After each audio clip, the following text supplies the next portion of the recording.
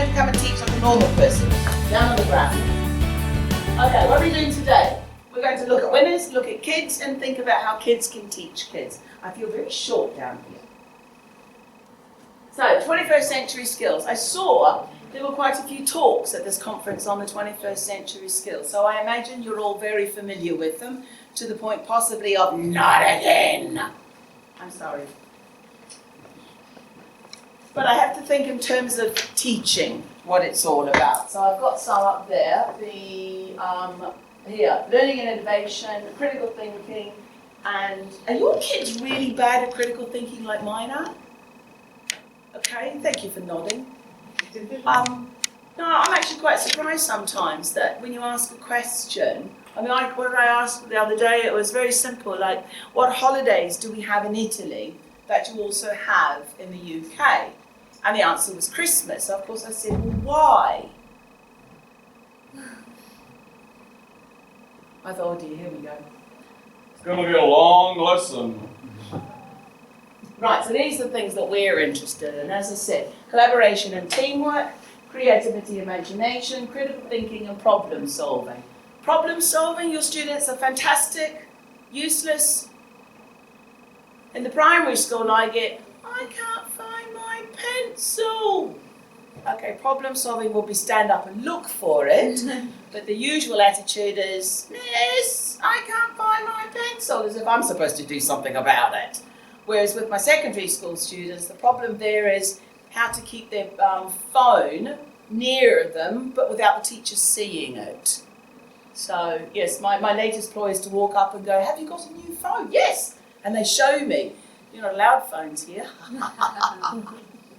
I've only collected a few, but I do give them back. I am quite generous, considering they're theirs. Right, so collaboration and teamwork. This is an example from one of the LA books. So here, work with a friend. Collaboration, not difficult there. Creativity and imagination. So the teacher wants you to prepare a show. These are things from the book. They're simple, nice things. What's the name? So the children have to invent. Let's get on to the serious stuff, Tracey. Okay, how did the kiwi fruit get its name? And I would like you to note that this is not a kiwi. This is a kiwi. Kiwi fruit is the thing you eat. So why is the kiwi fruit? How did it get its name? And you're doing exactly what my students do. You look away. No eye contact. No eye contact. No, don't look at me. Does anyone know? It looks like a kiwi bird. I love you. Exactly. Oh, now, would you like the history behind that? No, but I'm going to tell you anyway. It is actually called the Chinese gooseberry. It was introduced to America in 1947, and they were having an anti-Chinese moment.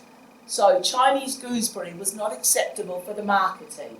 So they decided to call it kiwi fruit because it looked like the kiwi bird. Well done. And in New Zealand, we still called it Chinese gooseberry. It comes from China. All right, so I'm sure you know about the process of critical thinking, yeah? You've been on the internet, you've Googled critical thinking and you've seen this? Yes, yes, we have. You can nod, it's okay. So, here's a question for you.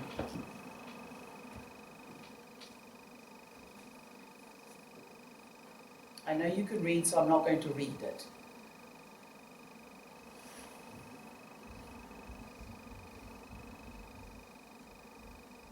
What's the answer, children?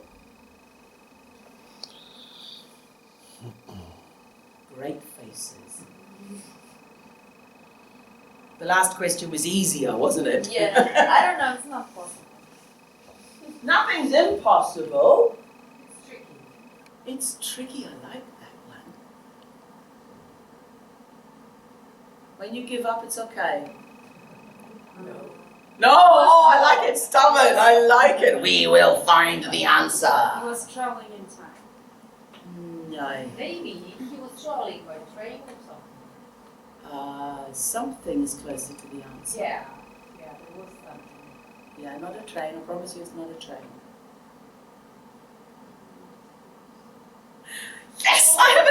question. Something about the horse, no? Good girl, well done. Keep going. Sunday?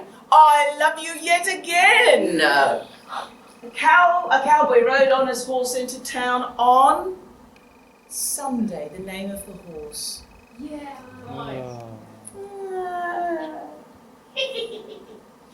Okay. So, instead of coming to me and say, Tracey, can we have some more questions? What if we find a book that can do this for us? So, I love this. Now, have a look at the pictures, kids. What country do you think this is? Japan. Now, why do you think that? Because I know the place.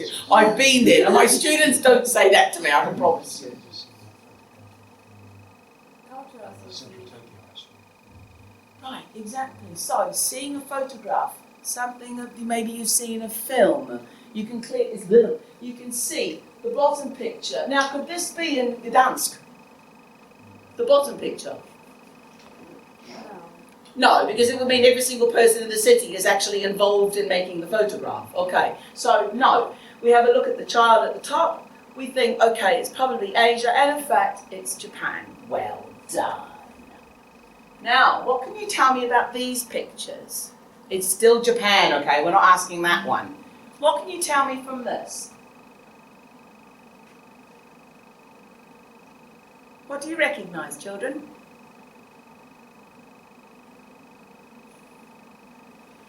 Nothing. Letters? I mean, Right, we can see the house. Is it similar to your house? no. No? Okay. What about the picture in the middle? What does that say? Sushi. Right, the thing is, we all think of sushi, don't we? So we're very clearly thinking here of, I can see some noodles. I can see some signs that are written in a language I don't know. What about on the right? What does this tell me?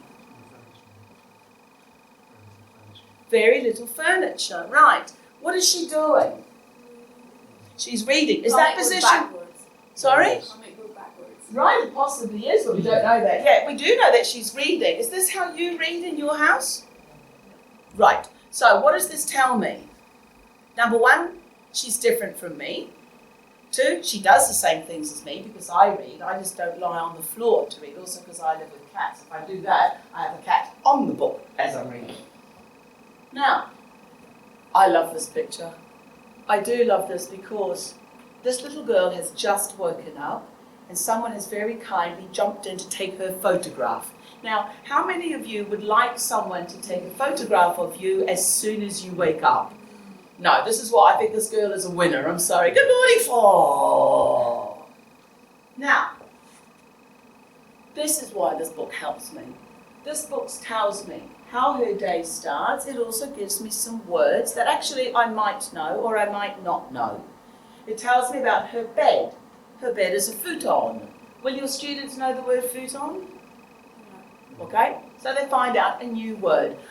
What does this tell me about her bed compared to your bed? It's on the floor, exactly. Is your bed on the floor?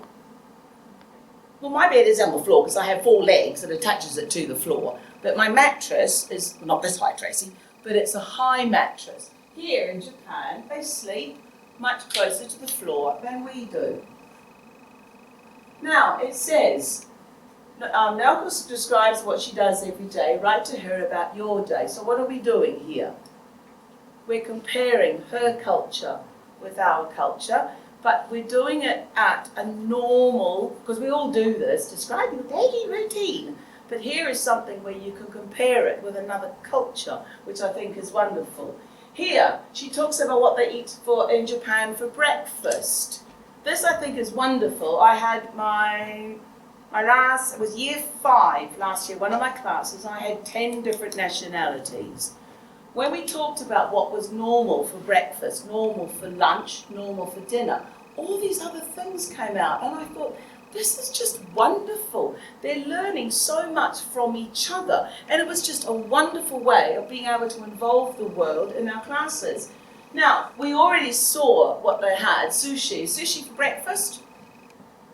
Do we know sushi for breakfast? Probably not. Lunch? Maybe. Dinner? Maybe. Supper? Maybe, okay. The book will actually tell you the answers. I'm not expecting you all to know the answers, by the way. I mean, because teachers do not have all the knowledge in the world, despite the primary kids thinking you know everything. Keep it that way. Have you been to Sri Lanka? Oh my gosh, someone said yes. Oh dear. Do you know about Sri Lanka? Do you know where it is? Not yet. We never say no to a teacher. We always say not yet. Now, if you're looking at the picture, what can I say about Sri Lanka? It's a lot warmer than Gdansk on the 20th of September. Although I think I've missed it. Didn't you have some freezing weather just 2 days ago? Wasn't that right? And everyone brought out their winter woolies in September. Is this normal? Yeah, sometimes. Oh, so it was just for us. We have the conference that they organised. How kind of you. Wonderful conference organisation and the weather. Thank you. And someone told me on Sunday the temperature goes up again. Yeah, great. Thank you, organisation. So let's have a look at this. Okay, this is basically what the book is about. Again, these are things that are in your book, just normal life. So we have food, animals, and favourite hobbies. This is something that your kids study, I hope. Please say yes. Thank you. No, we don't do hobbies, Tracey. And then again, sorry, food. Are you hungry? Please say no. No. Not yet? Maybe. Okay. Here, when we arrive, we go to eat. A typical Sri Lankan meal is rice, meat, and vegetables in a curry sauce. But look at the picture. Is that how we eat here in Poland? Okay. Not yet. I like that answer. Thank you very much. Very positive. Sometimes with different sauces and different ingredients. But what I like, combinations can be very spicy, okay? But most people like them this way. Often there are vegetables on the side. Is that the same as the way you eat?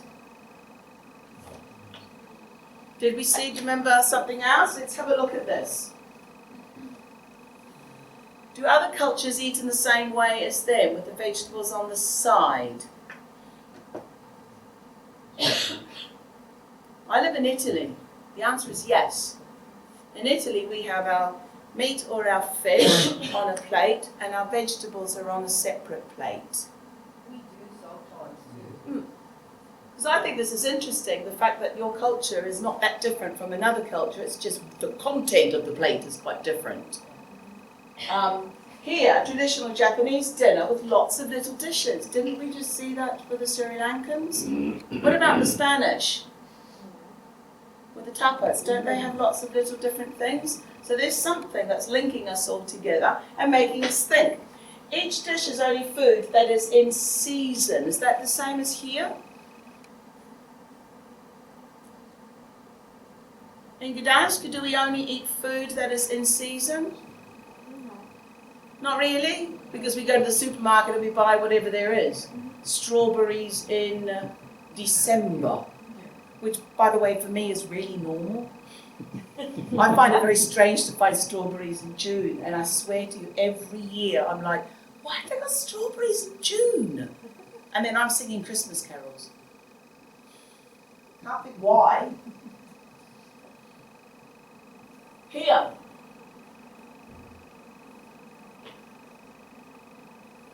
Do you have fish that is only found here? Do you have fish which is special for Gdansk? I was going to say, maybe I'm not going to help you here. I've been here for 24 hours. Herring, exactly. But how do you prepare it here? I should ask you, how many people are from Gdansk before I start saying? You're not from Gdansk. 3 people are from Gdansk. Okay, but have you eaten in Gdansk, or we don't eat? In vinegar and Yeah, do you know another culture that does that? Jewish people. Okay. The Dutch. Okay, so we've got something else that's in common.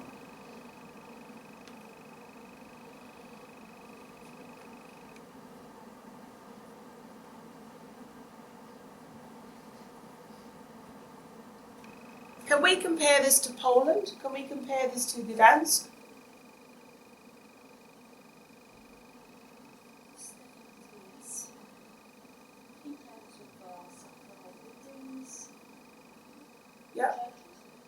exactly. Gdansk is a city in Poland, a city that was destroyed completely and utterly and rebuilt. You've got this wonderful mixture of buildings here. We're standing in an incredibly modern building, but I know if I go to the city centre, I'm going to find, I haven't been there yet, sorry guys, I'm going to see some old buildings, some beautiful brick buildings, St. Mary's, is that right? Mm-hmm. Is that, someone said to me it's the biggest church, Yeah, brick church. Yeah. brick church, but in the world, in Europe? In Europe for sure. Wow, oh I can't wait, wonderful, wonderful, wonderful. But here, think of a building that you like in your town and describe it to your friends. I think this is an exercise we do with our class. The difference is, here we have a book that will guide us to make the children do it, get the children to do it, with a smile on their faces. Oh yes, the 4 C's. Now, oh yes, sorry. Vancouver, British Columbia. Okay, now have a look at this. Where I live is about the size of New Zealand. This is why I chose the page, I'm sorry. The United Kingdom or Japan, for example. I've got nearly 950,000 square kilometres to explore. How much is that? The answer is a lot. Have you seen this? Talking of a lot, It's like different. it's the Mediterranean Sea that fits perfectly into the entire country of Australia. Now I think this, I'm sorry, I found this, but someone sent it to me via WhatsApp and I thought, now this is brilliant. This is absolutely brilliant when you're talking about big. Because how big is Poland? It's big, it is big. But when you start putting it into a country like Australia, it suddenly becomes very not so big. Australia is big. Problem solving. Now we talked about problem solving and your students are brilliant, yes? Not yet? I thought so. Problem solving Kiwi style.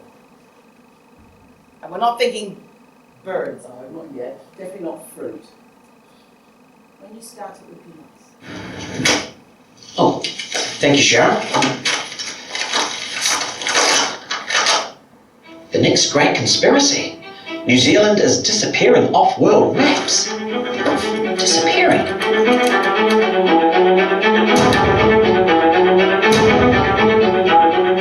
It's all over the internet. What?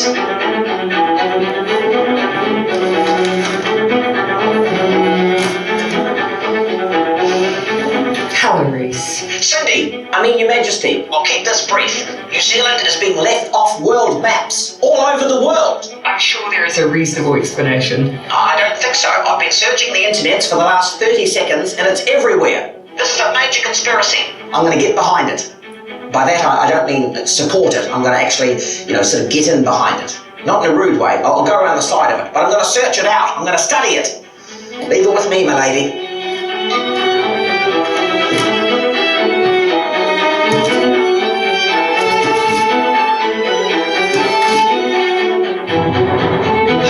New Zealand, where the bloody hell are you? Australia. They're stealing our tourists. Our wine, sacre bleu. Sneaky Frenchies. You missed it off by accident. Are you sure? Or is England trying to get rid of the All Blacks once and for all?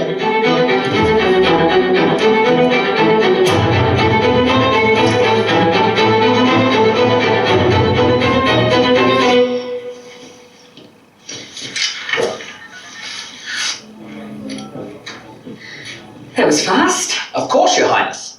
Jacinda is fine, Reese. Listen, this is big. Bigger than we thought. Bigger than the moon landing and Loch Ness combined. Which, by the way, is one of my theories, that those things are combined. Now look, I've boiled it down to a few things. Australia want our tourists, England want to get rid of the All Blacks, and the wine industry, they can't beat our Pinot or Sauv. Are you sure? Well, I do have one more theory. We're quite a friendly-looking shaped country, a bit like a half-eaten lamb chop. Perhaps people are just leaving us off thinking we're a mistake. Reese, I've got to go. I don't think you're short of time. Okay. Now, do you want me home to report back to the nation? Because I can be there in 3 movies and a meal. Look, Reese, you might be onto something, but we're going to need some help. How's things anyway? What's the buzz on the beehive? Hello? Typical New Zealand humour, I'm sorry. Did you see Vancouver was mentioned?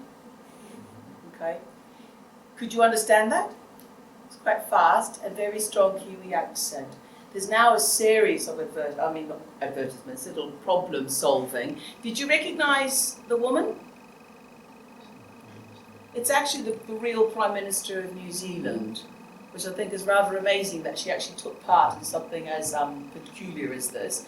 If you go on, I have got it, but I think we'll flip over it. Do you know Peter Jackson? Right? Peter Jackson at the moment is involved in a new release of Lord of the Rings. They're now making a prequel film involving Peter Jackson. And of course, guess where New Zealand is? Off the map. So he's involved in trying to find, see, problem solving in New Zealand. You have a problem, you call Peter Jackson, apparently. Now, are you going to move on? No. Okay, on a more serious note. Problem solving.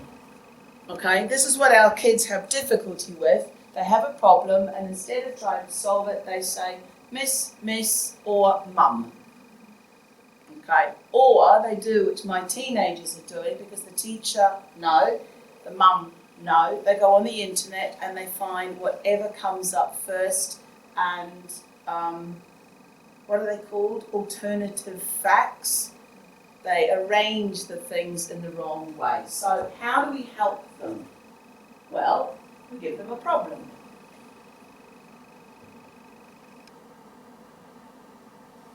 Now you're wishing you didn't come to the talk. Too many questions.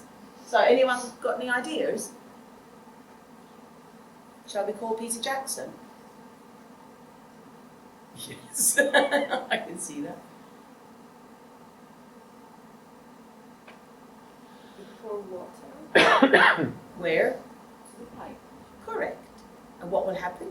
The bowl Will rise, exactly, because the pipe, filling it up with water, you knew that. You were testing me, weren't you? Cheeky things.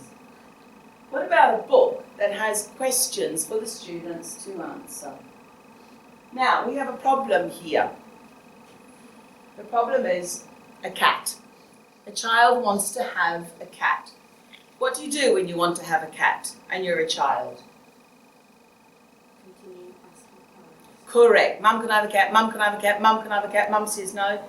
Dad can have a cat, dad can have a cat, dad can have a cat, dad says ask your mum. Mum can have a cat, mum. What does mum do in this one? She says, don't talk to me, go and talk to somebody else, an intelligent woman. And the woman is this one, Aunt Banu. So here we have Doruk who wants to have a cat. And he says,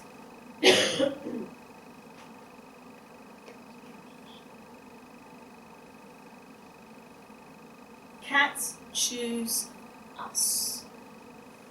Oh, actually, in my house, do you know, I live with 10 cats. And it's very definitely, they just arrived at my door and I couldn't say no.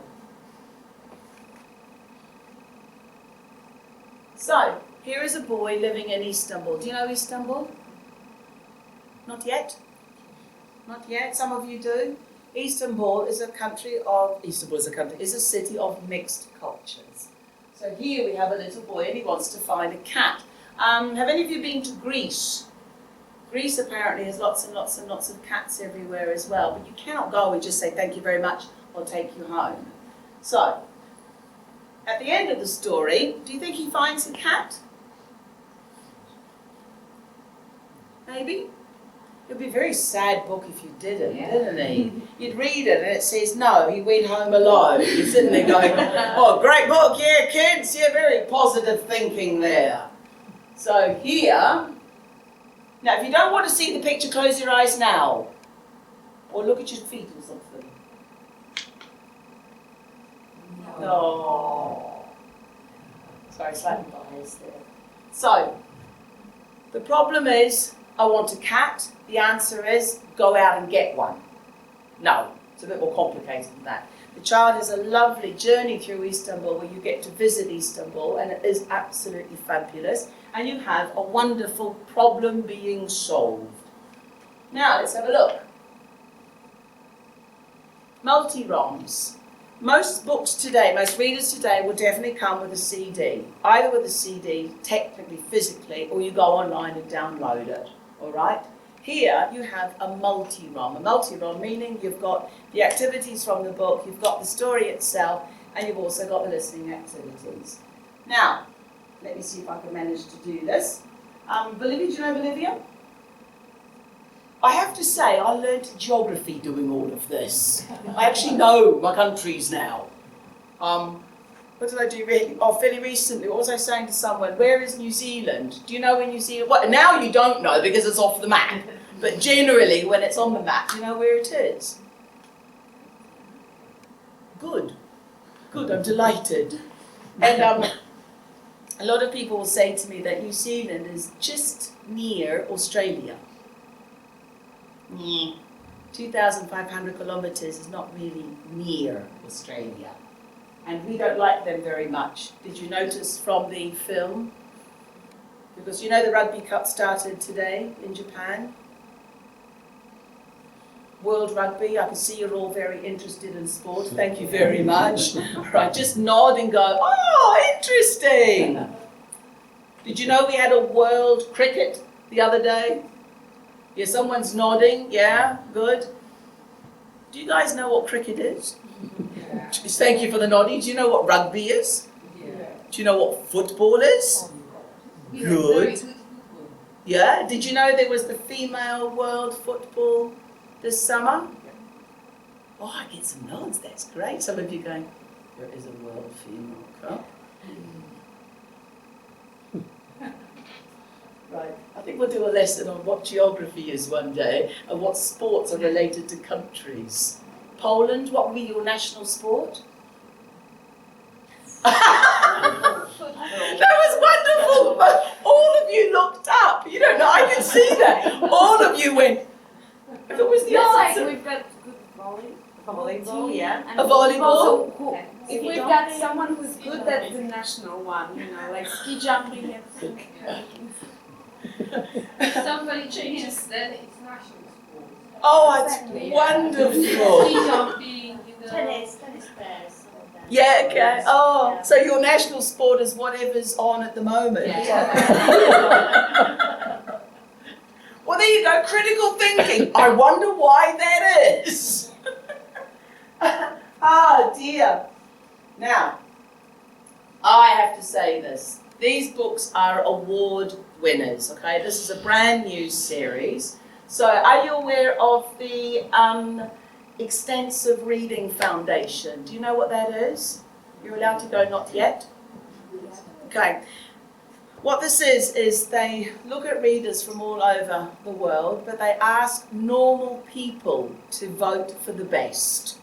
Okay, so there is a team of jurors, let's say, but they ask normal people like your kids, like you, to vote on the books that they think are the best. So then they are reduced to a few selections of finalists, let's say, and then there's the great winner. The nice thing is, it comes from normal people who read the books. Because too often people who decide are people who are in the business, let's say, and not the kids, not the people who actually do the reading. So here we have the winner, and I'd like to point out, post-reading activities use critical thinking. Do you think I pointed that out loudly enough? Thank you very much. You will also find Juanita and her Alpaca, which was the winner this year. It's only just been voted. Here is what they said.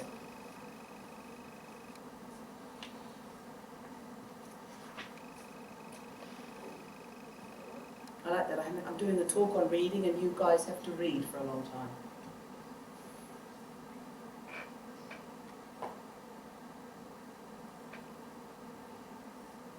helpful? Something I think that is important, used for storytelling and a CLIL lesson. Do you do CLIL? From memory, Poland was one of the first countries to do CLIL as a real experiment and then part of the school program. As you've seen, the children come from all different countries, so geography is very, very clear. You've also got history, which I think is absolutely wonderful. You don't have to do anything. That's what I like. It's in the book. I've got too many classes to be going and programming, planning. Tracey, what language is that? Planning my lessons in great detail. So what I tend to do is I take something and I change it according to my different levels. So I've only got one book, but I will use it with different levels simply because it's easier for me. I think last year I had something like, 35 different classes. And apart from finding names very difficult to remember, and I do apologise, I wanted my life to be easier. I want to have a social life. This is what I like. This is one of the voters, one of the people who read the book, one of the kids.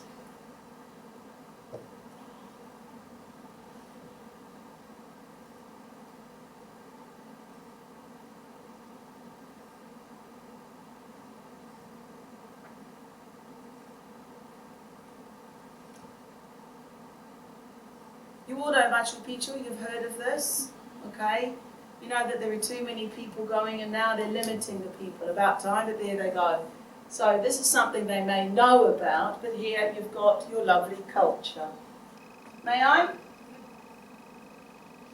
Now, what I'd like to do is, if I may, I'll just show you a part of a book from here, okay? So this is what I've got.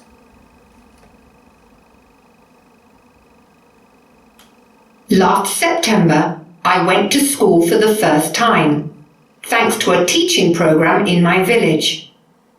I'll always remember that day.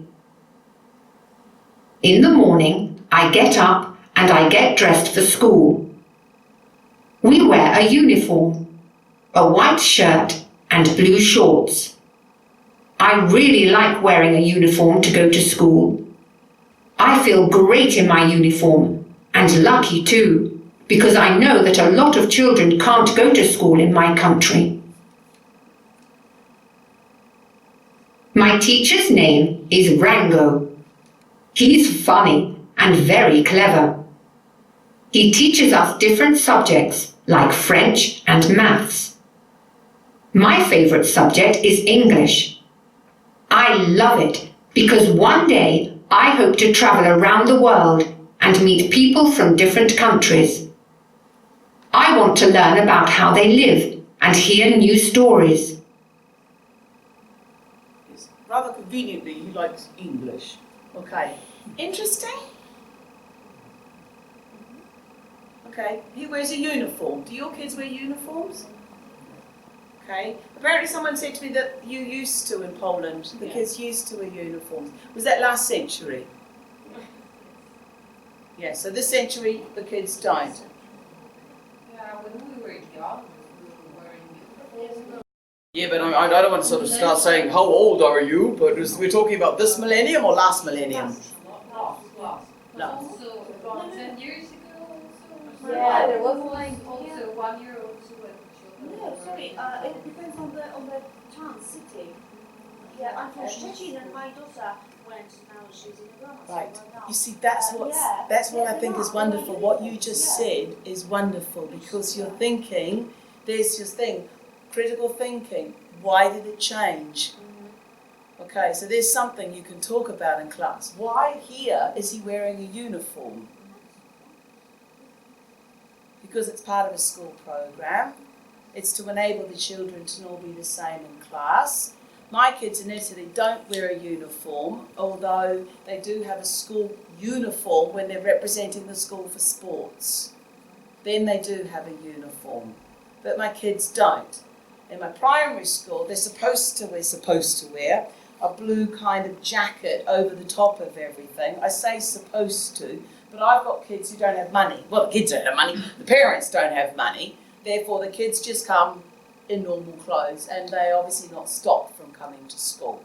So So there is something there. Another thing about this book, which they all do, let me see if I can find it. Tracey, 3 minutes. Well, there's very clearly about the geography part of it, because I live in a country called Italy and we like our food. Whoops. World. Sorry. What do we eat in the Congo? Food, I'm sorry. Congolese food, of course. And you will see we use a vegetable called cassava or manioc a lot in our cooking, and I love it. Here are some dishes. Very loud, thank you. Mwambe. Oh, This is the national dish. thank you. It's made with chicken, cooked with Oh, cassava is that leaves, better? bananas, rice and peanuts. Chikwanga. In this dish, cassava is cooked and kept for later in banana leaves. Saka saka. Saka saka is made from cassava leaves. Cassava leaves are cooked with oil, peanuts, beans and salt fish. It is often served with rice. Interesting. Similar in Poland? Similar to Sri Lanka that we saw? The rice, yes. Okay. Similar to Japan? The rice, yes. Fish? No. Vegetables? Yes. But not the problem of why, the critical thinking of why they do these things, which is what I think is interesting. Why do you eat these things? Because they're growing there. I mean, clearly that's the answer, but sometimes kids don't realise that. They simply think you go to the supermarket and purchase anything and everything you want. It doesn't work like that. Oops, where am I? Now, I will talk a little bit commercially, but I think this is important for you. In the sense that, how can you quickly decide what type of book that you want? Topics. If you're studying friends, you're studying, what else does it say? Daily routines. The book tells you that. It also gives you the grammar, so you might want to focus on grammar, or you might think, my kids don't know that yet, it's too much. No. Vancouver, you will find, it's not very clear, is it? I'm awfully sorry. You will find, obviously, it's a quick synopsis of the book. You will also find the picture all about Vancouver, but even looking at that, if you're in the classroom, what does the cover tell you about this book? Yes, good girl. What's that? It's about a boy. Do we know his name? Alan. Oh, she's a quick reader, that one. He lives in Vancouver. Well done! Oh, the smart people are down here. Oh, I like it. What else does it tell us? I know there's something there that my kids will look at that and will not associate with Canada, they will associate with the United States. Right, exactly. Okay. This is why I think it's good, because students need to know that it's not necessarily A equals A. Sometimes A equals B or C. And I think anything that opens up your mind is brilliant. We have also, as I say, the kids are teaching the kids. And as much as you are lovely people, you're very kind, you're very beautiful, as my students say. You're beautiful. That means they don't want to do their homework. Do they listen to you or do they listen to their peer? Right. I mean, that's the same internationally. They'd much rather listen to someone who's the same age as them or near enough. I don't know about you, but my 10 and 11-year-olds would rather listen to someone who's 13 or 14. They prefer someone to be a little bit older than they are. So, if you've got kids, keep teaching kids, doesn't that make your life easier? I think it's wonderful. Now, if you want any more information, that's the website to go to. You'll find everything there. very difficult website to remember, yeah? earlygradedreaders.com. I should point out that the real life books are not available in other languages. They are only available for now in English. But there are readers in English, French, German, Spanish, Italian. I don't remember the other one. Chinese, Russian. Chinese and Russian. Chinese and Russian, there you go. So you will find readers in foreign languages. Not in Polish, I'm sorry. But your kids read in Polish. They don't need extra help, do they? Don't laugh, that's what I do. So, I've been very brief, I have to say, which is good. We've looked at winners. Any child who can be photographed first thing in the morning to me deserves a prize. Also getting dressed. Some of my kids would be a little bit, hello a minute, would you mind looking away? Looking at kids, as a teacher, don't take that the wrong way, and how kids can teach kids. So, ladies and gentlemen, thank you very much for coming, that was really kind. Now, if you take your lovely expensive piece of paper to the alley store, they will give you a little present. Okay, thank you, you finished early, yay! Thank you.